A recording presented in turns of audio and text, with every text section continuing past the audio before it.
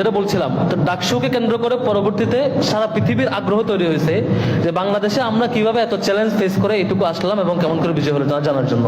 তো এখন আরো দোয়া চাওয়া দরকার, দোয়া চাই আমরা যাতে আসলেই এই প্রজন্ম তৈরি হইতে পারি আগামীতে দেশের জন্য, সবকিছুর জন্য নিজেদেরকে তৈরি করতে পারে এবং শিক্ষার্থীদের যে প্রত্যাশা সেটা পূরণ করতে পারে, সেটার জন্য যাতে নিজেদেরকে প্রস্তুত করতে পারে সে দোয়া চাই।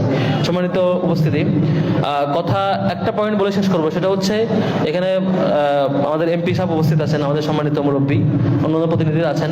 ওনাদের কাজ হলো এই এলাকার উন্নয়ন নিয়ে ভাবনা চিন্তা করা সবকিছু, কিন্তু আমাদের অনেক দায়িত্ব আছে। আমাদের দায়িত্ব হলো এখানকার প্রজন্মকে তৈরি করা। স্বাভাবিকভাবে আমরা যেসব ছেলেদেরকে স্কুলে পাঠাই, স্কুলের সিলেবাসে এটা সুযোগ নাই যে একটা ছেলে চরিত্রবান হবে কিনা, একটা ছেলে ভালো মানুষ হবে কিনা, দিনদার হবে কিনা, দিনকে বুঝবে কিনা, ওই সিলেবাস স্কুলের মধ্যে নাই বা কলেজে নাই বা ইউনিভার্সিটিতে নাই।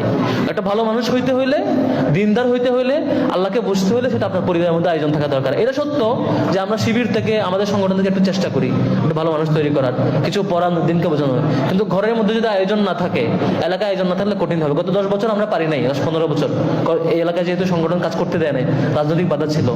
এখন সবার সামগ্রিকভাবে উদ্যোগ থাকা দরকার, মসজিদ ভিত্তিক, ঘরে ঘরে, যাতে আমার আপনার ছেলেটা, আমার আপনার ভাইটা, আমার আপনার প্রিয় মানুষটা, আমার আপনার মুরব্বীটা আশপাশে যে আছে সে যাতে একটা ভালো পরিবেশ পায়, দিনী পরিবেশ পায়, দিনকে বোঝায়। যে ছেলে স্কুলে দিনের শিক্ষা না পাওয়ার কারণে নষ্ট হয়ে যায়, হাতে সিগারেট নাই, গাঁজা নেই, সেই ছেলে স্কুলকে দোষ দিয়ে লাভ না, সেই বাবাকে বাবার পক্ষ থেকে স্কুলকে দোষ দিয়ে লাভ নেই, বরং বাবার চেষ্টা থাকা দরকার ছিল যে আমি একটা ভালো সার্কেল দিব, আমার ছেলেটা যাতে, আমার ভাইটা যাতে একটা ভালো সার্কেলে বেড়ে ওঠে। এটা অনুরোধ রাখবো, কারণ এখন সামনে যে সংকট সেটা মূলত চরিত্রের সংকট, দিন বোঝার সংকট, আল্লাহকে ফিল করার সংকট, আল্লাহকে মানার সংকট। এই সংকট আমাদের মুরব্বীদের মধ্যে কম, আমাদের বয়সীদের মধ্যে একটু বেশি, আর একটু ছোটদের মধ্যে আরেকটু বেশি। সুতরাং সবার এই চেষ্টা থাকা দরকার। আমাদের সম্মানিত মুরব্বী উপস্থিত হয়েছেন এখানে, এমপি সাহেব, আজকে উনি কষ্ট করে ডোলো ব্রিজ পার হয়েছেন, আপনারা দেখছেন না, ডোলো ব্রিজ একটু ভাঙ্গা, সম্ভবত ওনার গাড়ি কয়েকবার ব্রেক করা লাগছে। আমি একটু এমপি সাহেবকে শুনে, আমাদের মোহতরাম মুরব্বীকে শুনতে অনুরোধ করবো, সেটা হচ্ছে আজকে আসার সময় ডোলো ব্রিজ ভাঙ্গা নিশ্চয়ই পাইছেন, একটু গাড়ি সাউন্ড করতেছিল। আমি অনুরোধ করবো আজকে একটু হেঁটে হেঁটে পার হওয়ার জন্য যাওয়ার সময়। ডোলো ব্রিজ তো কার গাড়ি পার হইলে বুঝিবান তো হদ্দুর ভাঙ্গা, যেতে ভাঙ্গে হতুর গাড়ি কে উঠলে পড়ে যাবো, আবার সাইড আইবেন। তো এলে নই না অনুরোধ করি দেয় আগামী এবার আইবেন দেয়, আইবার আগতে এবার উদ্বোধন করতে আইবেন। একে আইবার আগে হাত যেতে শুরু হবো, আগে আগে উদ্বোধন করিবেন দেয়, তো হাত শুরু হবো।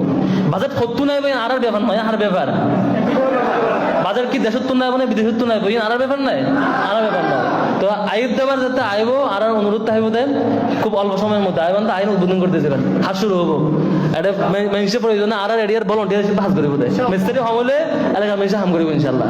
কিন্তু এই ভাঙ্গার দিয়ে পার হলে আতিক্যা যদি অনেকে পরিচয় করে এত সাইডে হলে নব এই ঈদা হয় মিকানা দেখি ব্রিজ ভাঙ্গি বা পরিচার করি। তো আর এই ঘটনা এটা নসায়, কারণ এমপি হারার জামাতের এমপি, এটা অন্য অন্য ধরনের এমপি নাই, তো এটা জামাতের এমপি, বারবার নির্বাচিত হয়ে এমপি, তোলে যদি অনেকে ভাঙ্গে পরিচয় করে তোলে দুঃখ তো বেগুন। তো ইনশাল্লাহ আর মুরব্বী খুব অগ্রিম চিন্তা করিব, এক্সিডেন্ট হওয়ার আগে চিন্তা করিব, কারণ ব্রিজের একটা হাতে ভাঙ্গি পড়ে গিয়ে অলরেডি ইংরেজি ফালাইয়া ফাটাইয়া হতে গাড়ি থাকা পরিচয় বোঝানো যাবো। তো আমার বক্তব্য শেষ করবো শেষ পয়েন্ট দিয়ে, সেটা হচ্ছে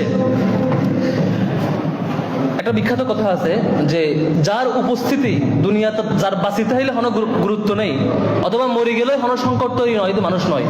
মানুষের সংজ্ঞা বলতে কি, যে বাঁচিতে হইলে, যে বেঁচে থাকলে যার উপস্থিতি কোনো গুরুত্ব বহন করে, অথবা যার অনুপস্থিতি কোনো সংকট তৈরি করে, আফসোস তৈরি করে, সে আসল মানুষ।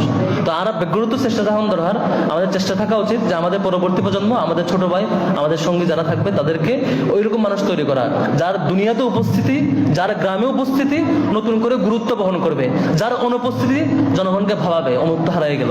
আমরা আসলে ভালো মানুষ তৈরি করতে চাই, দিনদার বুঝদার মানুষ তৈরি করতে চাই। আল্লাহ আমাদের কাজে বারাকা দিক।